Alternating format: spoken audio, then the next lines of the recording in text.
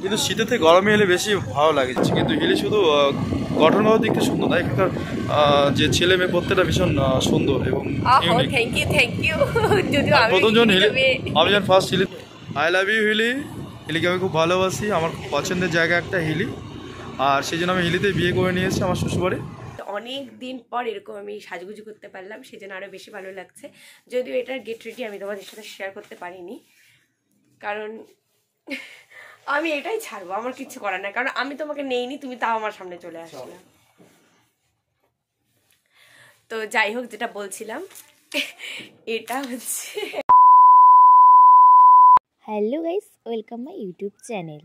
তো আমি তো বললামই তোমাদের, অনেক দিন পর আমি আমার বাড়ি এসেছি, মানে বাপের বাড়ি এসেছি। তো আসার সাথে সাথে পরের দিন মানে রবিবারে এসেছি, আর সোমবার দিন সকালবেলা এই ভিডিওটা আমি করেছি। সোমবার দিন সকালবেলা আমি চলে গিয়েছিলাম আমার স্কুলে, মানে যে স্কুলে আমি পড়াতাম। তো সেখানে ওদের সবার সাথে দেখা করে গল্পগুজব করে, সামনে এখানে ছিল চামুণ্ডা মায়ের মন্দির। তো সেই মন্দিরে ভাবলাম একটু ঘুরেই যাই, এত কাছে যখন এসেছি। তো এই মন্দিরে প্রণাম করে আমরা এখান থেকে বেরিয়ে সোজা চলে যাই 14 হাত। যদিও 14 হাত তো অনেকবার দেখেছে, আমিও দেখেছি, ও দেখেছে, কিন্তু তবুও কেন জানি না হিলিটা এলেই এই 14 হাতটা দেখতে একটু বেশিই ভালো লাগে। আর তার মধ্যে এখন রেল স্টেশন শুরু হবে, যার জন্য ওর মনে নানা রকম প্রশ্ন, মানে কোন দিক দিয়ে হবে, কোথায় স্টেশন হচ্ছে, এইগুলো জানার জন্য ও আমাকে অনেক গলি গলি গলি দিয়ে নিয়ে গেছিলো, যেগুলো রাস্তা হয়তো আমি এত বছর বয়সে আমি হয়তো কোনোদিনও দেখিনি হিলিতে থেকেও, কিন্তু ও সমস্ত কিছু আমাকে ঘুরে ঘুরে দেখালো। যদিও ও কারো কাছে শুনে শুনেই যাচ্ছিলো। এবার দেখো এখানটা আমরা একটু দাঁড়িয়েছিলাম, কারণ এত সুন্দর ভালো লাগছিলো রোদটা, আরও আমাকে বারবার বলেই যাচ্ছে এই দিক দিয়ে কী হবে, ওদিক দিয়ে কী হবে। আমি বলছি আমি তো কিছু জানিই না। তো দেখো এই যে সেই 14 হাত মায়ের মন্দির, মানে 1 মাস আগেই পুজোটা হয়ে গেল, মানে আমার বিয়ের মধ্যেই এটার পুজো, মানে মায়ের পুজো হচ্ছিলো। তো আমি যখন অষ্টমঙ্গলা করতে আসি ওই সময় আমি একদিনই দেখতে পেয়েছিলাম। এই যে আমাদের হিলির আমতলী ব্রিজ, এটা আমাদের বলো, এই যে হিলি ব্রিজ, এখানে রেল ব্রিজ, হ্যাঁ এখানে এদিক দিয়ে রেলের কাজ হচ্ছে। আর এটা আমাদের হচ্ছে পিকনিক স্পট যমুনা নদী, এই যে যমুনা নদী, যমুনা নদী, হ্যাঁ হ্যাঁ এটা যমুনা, আমি নিজেই ভুলে গেছি, এটাই আমাদের যমুনা নদী। এই যে রেলের কাজ এই দিকটা দিয়েই হবে, আর এই যে আমাদের আমতলী ব্রিজ,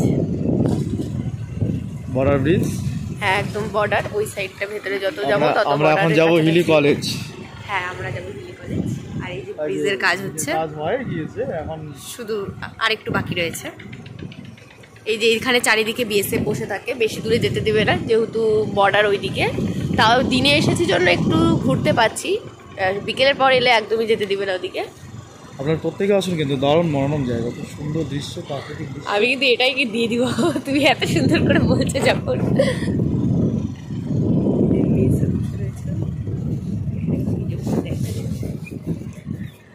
কিন্তু আমি তাও করছি, এত সুন্দর প্রাকৃতিক দৃশ্য, এটা চারিদিকেই পিকনিক স্পট। এখানে সব এই শীতে প্রচুর প্রচুর মানুষ পিকনিক করে, হিলির মানুষও করে, প্লাস বাইরে থেকেও সবাই আসে। আমরা কিন্তু এখন হিলি কলেজের দিকে এগোচ্ছি, গভর্নমেন্ট কলেজ, SBS গভর্নমেন্ট। এই যে রেল ব্রিজ, এই যে অনেক কয়েক বছর আগে কমপ্লিট হয়ে আছে, কিন্তু এখন নতুন করে কাজ হ্যাঁ হচ্ছে। ফাইনালি অনেক অনেক অনেক অনেক সময় পর মানে আমাদের এখান দিয়ে রেল লাইন হবে, অবশেষে কাজ শুরু হবে। তার শুভ শিলান্যাস গতকাল হয়েছে, হ্যাঁ গতকাল শিলান্যাস পুজো হয়ে গেছে। ডক্টর সুকান্ত মজুমদার, আমি যেগুলো যেগুলো মিস করছি কথা, সেগুলো কথা ও অ্যাড করে দিচ্ছে।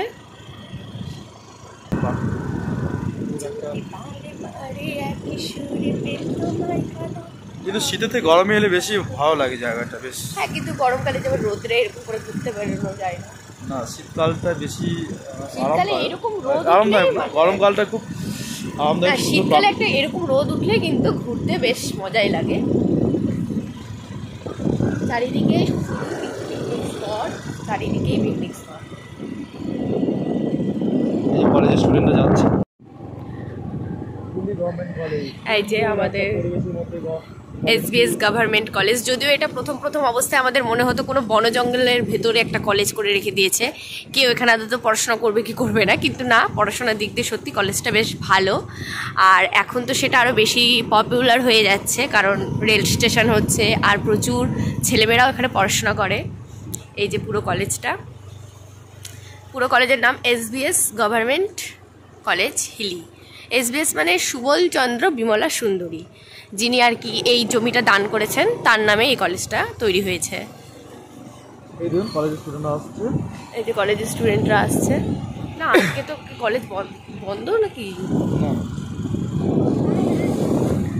ও যদিও আমাদের এখানে আমি ভিডিওটা করছি 22শে জানুয়ারি, জানি না কবে পোস্ট করব, তো সেই জন্য আজকে যদিও অর্ধ ছুটি দেওয়ার কথা ছিল, কিন্তু আমাদের এখানে তো কোনো ছুটির ব্যবস্থা করেইনি, যার জন্য এখানে কিন্তু সব কিছু আর কি খোলাই রয়েছে।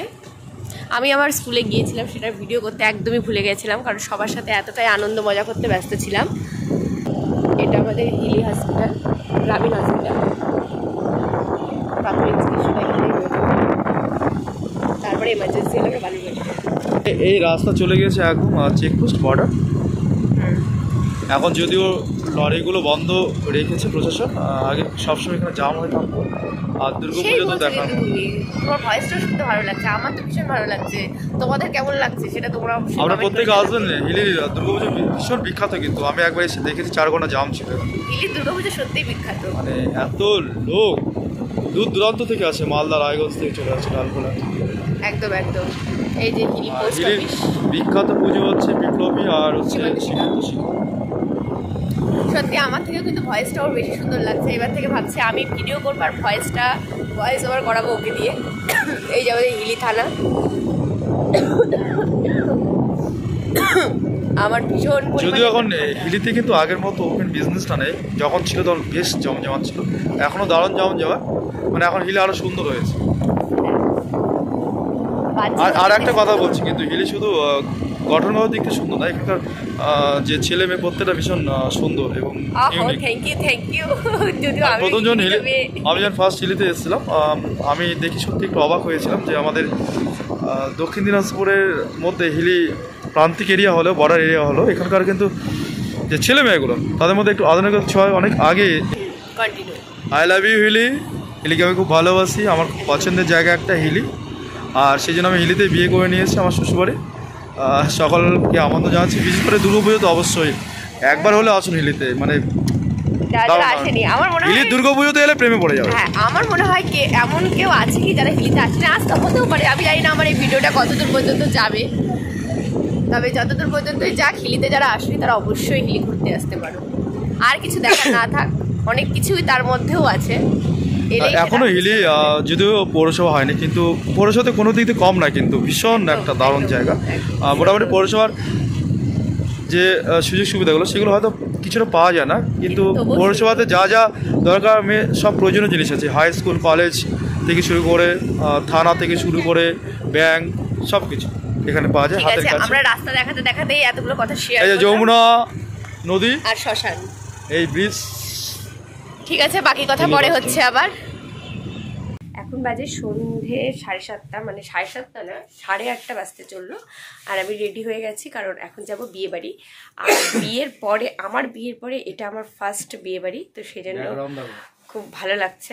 আর সেজে নিয়েছি অনেক দিন পর, এরকম আমি সাজগুজু করতে পারলাম, সেজন্য আরও বেশি ভালো লাগছে।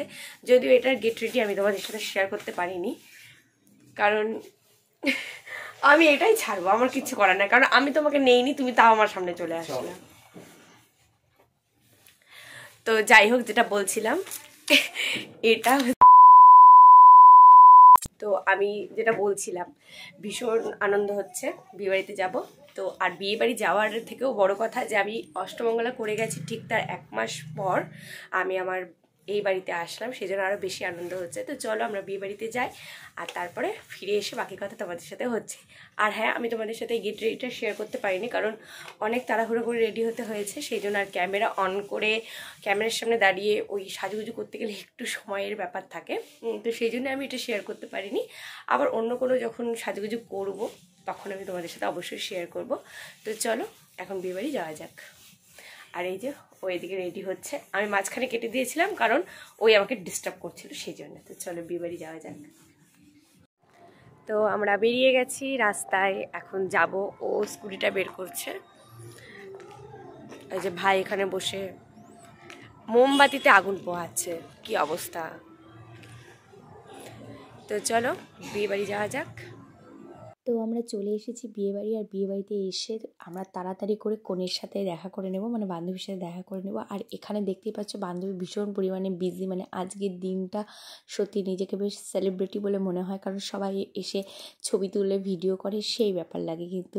আর দেখো এরপরে আমরা একটু ওর সাথে দেখা করে সোজা চলে গিয়েছি স্টার্টারে ছিল পকোড়া, তারপর ছিল কফি, তারপর ছিল ফুচকা। তো আমরা এখানে পকোড়াটা খেয়ে ভাবলাম কিছুক্ষণ পরে কফি আর ফুচকাটা খাবো। কিন্তু দুঃখের বিষয় ওই যে যেটা হয় আর কি, মানে ছবি তুলতে গেলে তো সব কিছুই ভুলে যায়।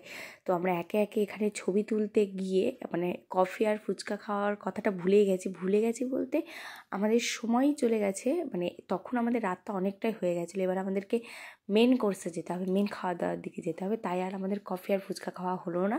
আর এই যে এখানে দেখো দাঁড়িয়ে সবাই ছবি তুলে আমাদের সময়টা পুরো নষ্ট হয়ে গেল। তো এরপরে আমরা ধীরে ধীরে যাচ্ছি খাবার প্যান্ডেলে, যার জন্য কিন্তু বিয়েবাড়িতে আসা, যাই বলো আর তাই বলো, এই ঠান্ডার মধ্যে বিয়েবাড়ি যাওয়ার একটাই কারণ খাওয়া দাওয়া করা। যদিও বাড়িতেও খাওয়া দাওয়া করি, কিন্তু বিয়েবাড়ির খাওয়া দাওয়ার মধ্যে একটা আলাদাই ব্যাপার থাকে, তাই না? তো দেখো প্রথমেই চলে এসেছিলো ভেজিটেবিল চপ, চাটনি, স্যালাড, লেবু, তারপরে ভাত, ডাল, পনির, ফুলকপি, আলুর রসা, মাছ, ফ্রাইড রাইস, আর এখানে মাটন, তারপর টক দই, মিষ্টি ছিল, আমি যেগুলো একদম খাইনি কারণ মাংস খেয়ে আমি ইতি করে দিয়েছি। তারপরে বাড়ি চলে এসেছি, আর মা এখানে আমাদের জন্য সুন্দর করে বিছানা রেডি করে দিয়েছে। তো আর দেরি না করে চলো আমরাও ঘুমিয়ে পড়ি, আবার তোমাদের সাথে দেখা হবে অন্য কোনো নতুন ব্লগে। বাই।